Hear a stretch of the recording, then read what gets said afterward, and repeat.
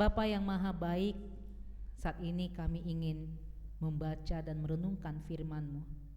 Kiranya Roh-Mu yang kudus berkenan mendiami hati kami. Berkuasa dan kuasailah jiwa kami. Diamkanlah segala suara dari pendengaran, pikiran dan hati kami, agar kami sungguh-sungguh mendengar dan mengerti serta memahami firman-Mu dan mau melakukannya di sepanjang hidup kami. Dalam nama Tuhan Yesus Kristus dan Roh Kudus kami berdoa kepadamu. Amin. Jemaat, marilah berdiri.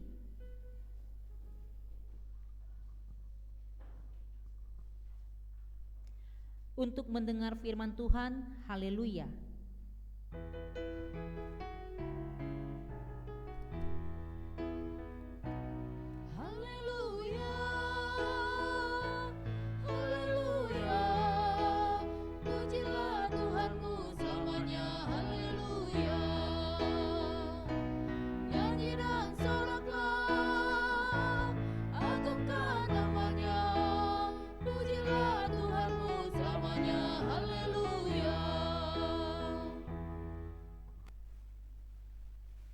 Bacaan Alkitab hari ini terambil dari kitab Yesaya pasal 43 ayat 1 sampai dengan ayatnya yang keempat, yang menyatakan Allah adalah satu-satunya penebus. Tetapi sekarang beginilah firman Tuhan yang menciptakan engkau, hai Yakub, yang membentuk engkau, hai Israel. Janganlah takut, sebab aku telah menebus engkau. Aku telah memanggil engkau dengan namamu. Engkau ini kepunyaanku. Apabila engkau menyeberang melalui air, aku akan menyertai engkau. Atau melalui sungai-sungai, engkau tidak akan dihanyutkan. Apabila engkau berjalan melalui api, engkau tidak akan dihanguskan, dan nyala api tidak akan membakar engkau. Sebab akulah Tuhan Allahmu yang Maha Kudus, Allah Israel juru selamatmu. Aku menembus engkau dengan Mesir, dan memberikan Ethiopia dan Sheba sebagai gantimu. Oleh karena engkau berharga di mataku dan mulia, dan aku ini mengasihi engkau, maka aku memberikan manusia sebagai gantimu dan bangsa-bangsa sebagai ganti nyawamu. Sampai di sini pembacaan Alkitab. Hendaklah firman Tuhan dengan segala kekayaannya melimpah di dalam hatimu, dan ucaplah syukur kepada Allah.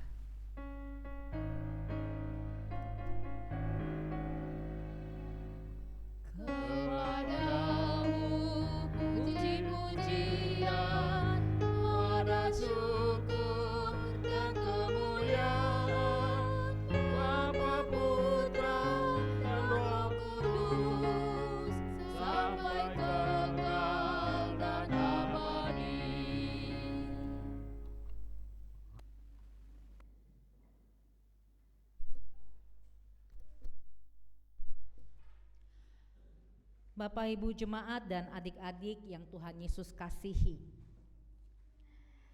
kebersamaan saya kira merupakan hal yang baru bagi masyarakat kita. Terlihatnya ada, tetapi dalam kenyataannya sangat sulit mendapatkan kebersamaan itu dalam masyarakat kita. Kok sulit? Karena kebersamaan itu harus diperjuangkan, harus ada pengorbanan kedua belah pihak, harus mau saling menghormati, saling mengerti, tidak saling mengambil keuntungan dari pihak masing-masing, melainkan saling tolong menolong dan saling membantu. Berat sama dipikul, ringan sama dijinjing. Bangsa kita sudah membuktikan bahwa peribahasa ini benar adanya. Ingat peristiwa Sumpah Pemuda Bapak Ibu?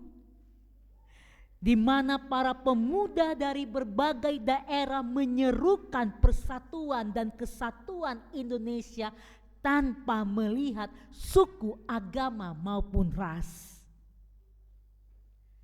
Ingat perjuangan kemerdekaan bangsa kita. Semua bersatu padu, tidak melihat apapun. Kebanyakan dan hampir semuanya terfokus pada satu tujuan, merdeka. Tidak ada hal yang lain.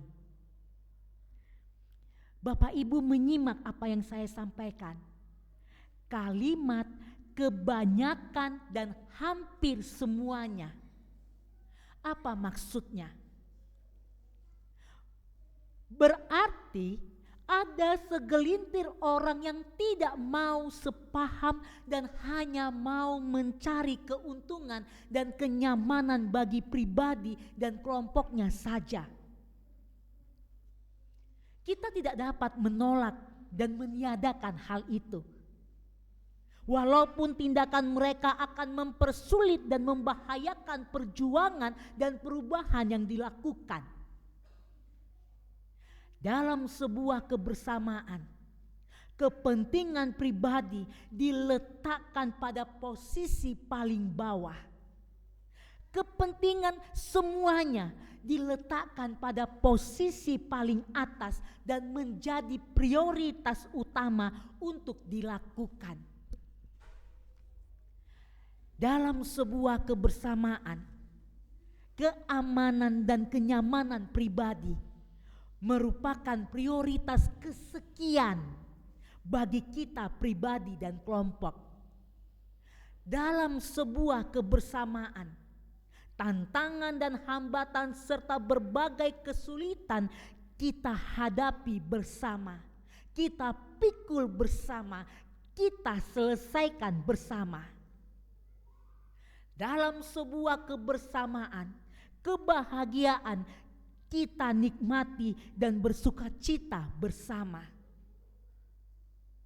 Dalam sebuah kebersamaan, bukan soal nilai nominal, bukan soal jumlah dan banyaknya, melainkan partisipasi dari semua dan semuanya dapat menerima keberadaan masing-masing pihak.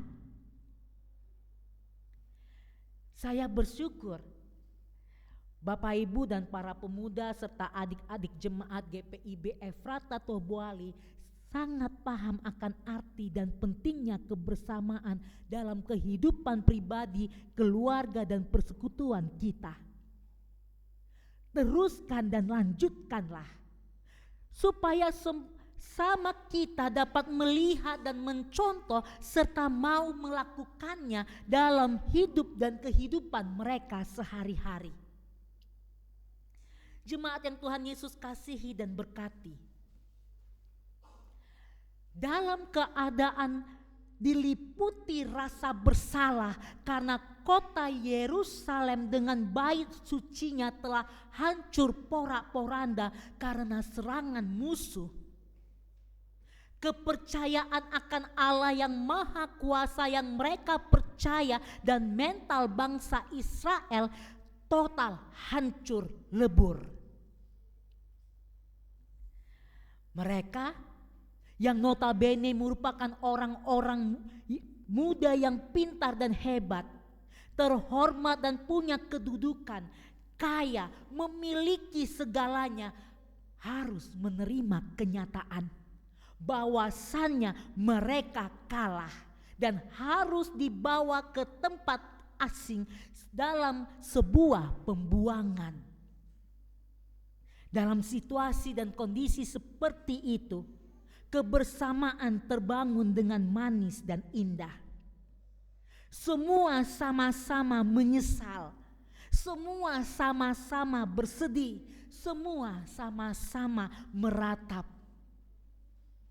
Mereka harus siap menerima dan harus siap menghadapi dan menjalaninya, bahwa sebagai sebuah bangsa yang terberkati mereka sudah terkalahkan dan harta mereka telah dijarah. Bapak, Ibu dan adik-adik sekalian, kesulitan dan masalah bukan datang dari Allah. Kesulitan dan masalah yang kita hadapi merupakan serangkaian perbuatan kita yang melawan kehendak dan rencana Allah. Ketika kita mengalami kesulitan dan masalah serta memohon kekuatan kepada Allah, maka kesulitan dan masalah itulah Allah menguatkan kita dengan memberikan bimbingan dan tuntunan serta pendampingan kepada kita untuk melewati dan menyelesaikan kesulitan yang kita hadapi. Yang melalui hal itu, Allah ingin kita semua dapat melihat bahwa Allah itu setia akan janjinya. Dan Allah ingin kita semua kembali kepadanya dan menggantungkan seluruh hidup dan kehidupan kita hanya kepada Allah. Allah telah memberikan segala kemudahan bagi kita, tetapi kita malah mempersulit diri kita sendiri dengan menggantungkan segala macam pola dan cara hidup kita kepada yang lain. Lalu, benarkah kita mempersalahkan Allah? Kemudian, setelah kita selesai dari kesulitan dan masalah, apakah kita mau setia dan taat kepada Allah? Jemaat yang Tuhan Yesus kasihi dan berkati, di saat bangsa Israel kehilangan harapan akan masa depan mereka, sesuai waktu Tuhan, Tuhan memakai Yetro Yesaya untuk menyampaikan cinta kasih-Nya dengan membuatkan kabar sukacita kepada bangsa Israel. Perhatikan ayat pertama. Tetapi sekarang, beginilah firman Tuhan yang menciptakan engkau, hai Yakub, yang membentuk engkau, hai Israel.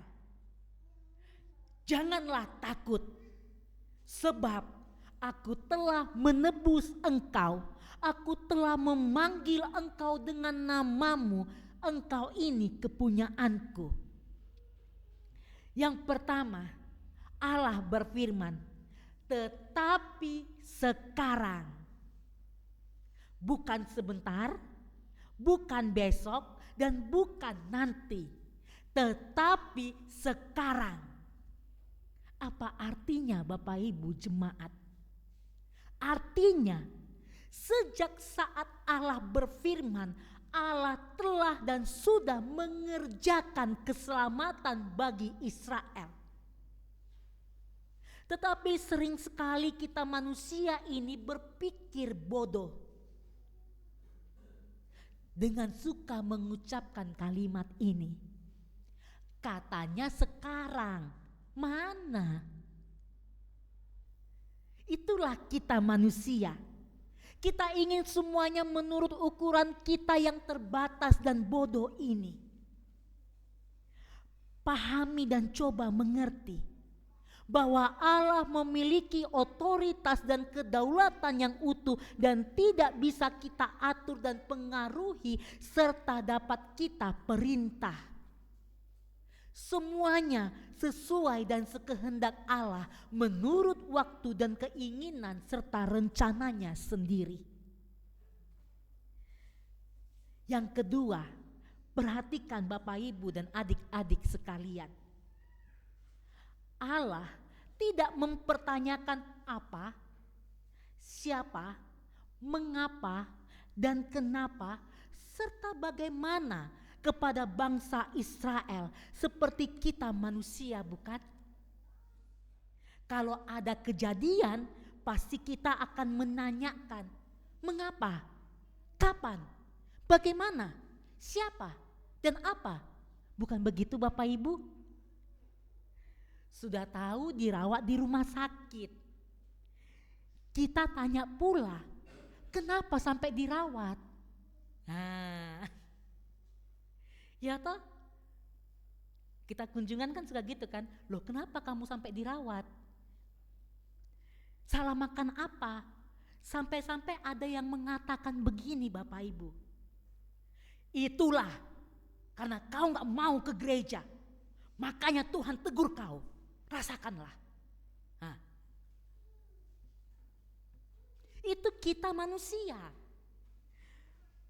Memangnya gak ada penyakitnya sehingga seseorang mau dirawat.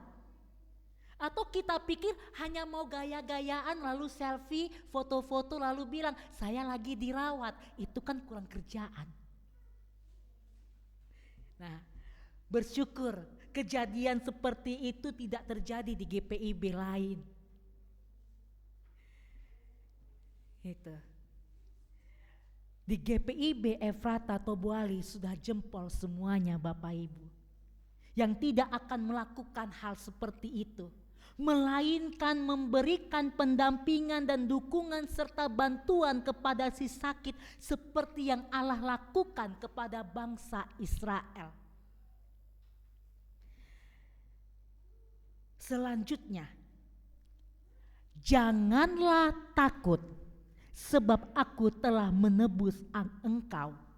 Aku telah memanggil engkau dengan namamu, engkau ini kepunyaanku. Kita dapat bayangkan bagaimana perasaan hati dan pikiran bangsa Israel menerima pernyataan itu dari Allah yang mereka sembah dan percaya. Mereka diingatkan dan disadarkan bahwa mereka adalah kepunyaan Allah karena Allah telah menebus mereka. Jadi Bapak Ibu, kalau ada yang bertanya, kamu orang Kristen, kenapa sih kamu bilang Allah itu pemilik hidupmu? Oh iya, Allah telah menebusku. Emangnya Allahmu bayar berapa untuk menebusmu? Allah membayarku dengan darahnya, jadi nilainya tidak terhitung. Nah, itu ya. Karena Allah telah menebusku dengan darah Kristus, makanya aku menjadi milik Kristus. Itu. Nah, Allah mengenali mereka secara pribadi karena mereka dipanggil oleh nama mereka sendiri. Lihat Bapak Ibu, Allah saja memanggil kita dengan nama kita sendiri. Jadi kalau ada di antara kita sekalipun bercanda manggilnya, hei, sini kau, jangan dijawab. Kenapa? Nama buku bukan si Hey, namaku si Evi. Ya adik-adik ya, kalau ada bilang gini, hei, kamu, iya kamu, sini, gak usah datang. Bilang sama dia, kamu manggil siapa? Namaku bukan si Hey, namaku si Queno. Nah, lalu mari kita perhatikan ayat 2 dan 3 Bapak Ibu. Di situ ada kata air dan api. Apa maksudnya? Maksud air dan api adalah karena mereka adalah milik kepunyaan Allah, maka Allah pasti memampukan mereka untuk melewati segala tantangan, halang rintang dan berbagai kesulitan dan masalah yang mereka hadapi. Bahkan dengan segala kebebalan, ketidaktaatan, ketidaksetiaan dan pengkhianatan yang telah mereka lakukan kepada Allah, Allah meluputkan amarahnya atas mereka. Dan inilah salah satu cinta kasih Allah kepada bangsa Israel dan kita sekalian pada saat ini di ayat yang keempat. Mari kita baca bersama-sama Bapak Ibu ayat yang keempat. 1, 2, 3.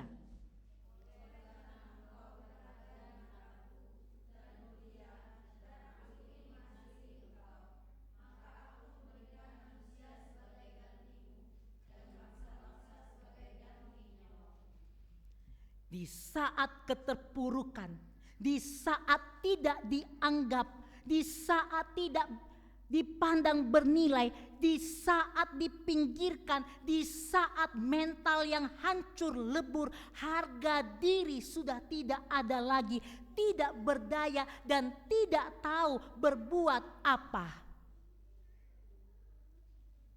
Dalam kehancuran itu, Allah mengatakan bahwasannya mereka berharga di matanya dan kekuatan serta kekuasaan Allah akan diberikan atas mereka.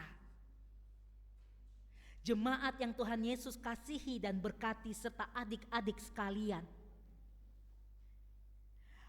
Allah menginginkan kita semua belajar untuk mengenali diri kita sendiri terlebih dahulu. Siapa diri kita? Allah ingin kita menyadari betapa berartinya diri kita. Siapapun kita, apapun kedudukan dan jabatan kita, apapun pekerjaan yang kita lakukan, siapapun dirimu, kenali dan sadarilah dirimu. Hormati dirimu dan hargailah dirimu. Bisa dipahami Bapak Ibu ya? Katakan kepada diri kita, aku ini berharga di mata Allah. Karena itu hargai diri kita, hormati diri kita. Jika kita semua mau belajar dan menyadari siapa diri kita, maka kita dapat memperlakukan sesama kita dengan baik dan benar. Yang melaluinya kebersamaan yang dibangun akan kuat kokoh dan tidak mudah goyah walau hanya diterpa angin sepoi-sepoi sekalipun. Jangan biarkan kebersamaan kita letakkan pada penilaian orang lain. Jangan lihat di sana begini, di sana begono, jangan. Tetapi fokuslah untuk apa kebersamaan itu kita bangun. Jemaat dan adik-adik yang Tuhan Yesus kasihi dan berkati. Kalau diri pribadimu masih kacau dan carut marut, sehingga melaluinya keluargamu menjadi tidak harmonis. Perhatikan, firman Tuhan pada pagi hari ini mengingatkan kita semua. Mari kenalilah diri kita sendiri terlebih dahulu supaya hidup pribadi dan keluarga kita tidak dipenuhi keluh dan kesah dan kesal serta amarah, dan tidak membuat pribadi dan keluarga kita tidak tahu mau kemana melangkahkan kaki ini. Ketika Bapak Ibu dan adik-adik yang datang beribadah pada pagi hari ini seorang diri, pulang dan kembalilah ke rumahmu. Jumpai dan sapa pasangan kita masing-masing. Sapa orang tua kita masing-masing. Katakanlah kepada pasangan kita masing-masing dan orang tua kita, Papa, Mama, maafkan diri saya ya. Diri kita, diri Papa, diri Mama, diriku sendiri sangat berharga di mata Tuhan. Saya mau berubah. Saya tidak mau lagi egois. Saya tidak mau keras kepala lagi. Saya tidak mau merasa saya yang lebih pintar dan hebat lagi. Dan saya mau belajar mendengarkan. Mari kita semua berubah menjadi lebih baik. Karena Allah baik dan sungguh baik bagi kita. Allah mengenal kita secara pribadi. Mari Papa, mari Mama, dan mari anak-anak, kita bangun keluarga kita menjadi keluarga yang takut akan Allah. Mari kita menjadi keluarga pendorong bagi persekutuan kita, supaya persekutuan kita dapat memancarkan kemuliaan Allah dan dapat menjadi berkat bagi sesama. Bapak, Ibu, dan adik-adik, mungkin ada yang bisa mengatakan seperti ini. Sudah terlambat Ibu Pendeta. Sudah terlalu lama hidup kami seperti ini. Kami sudah bagaikan hanya teman serumah. Tidak ada lagi keharmonisan, tidak ada lagi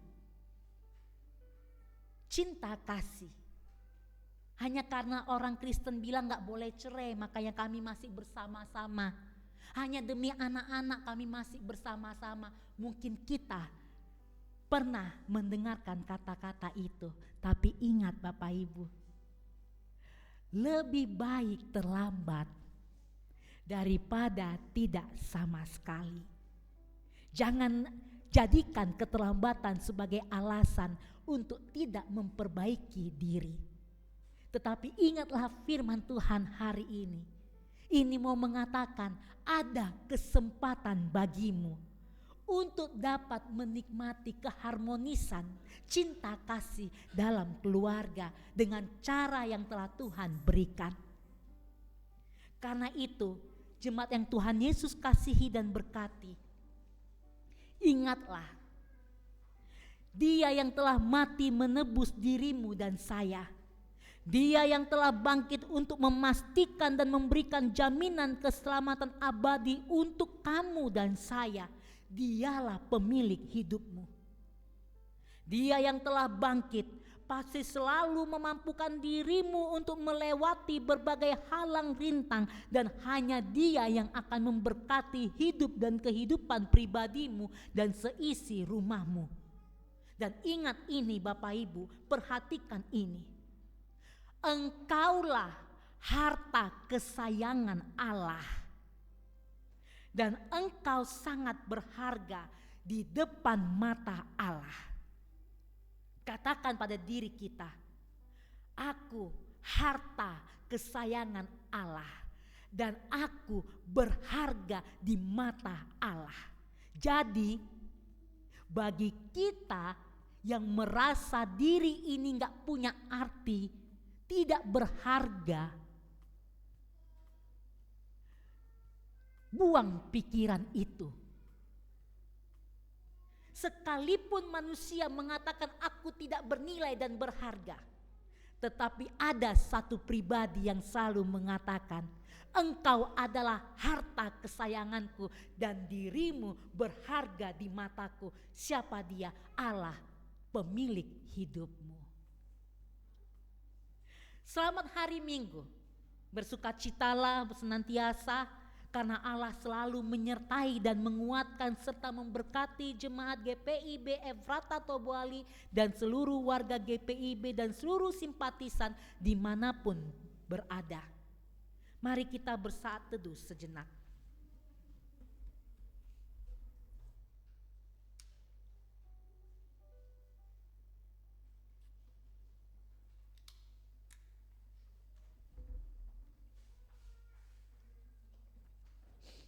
Mari kita menyambut firman Tuhan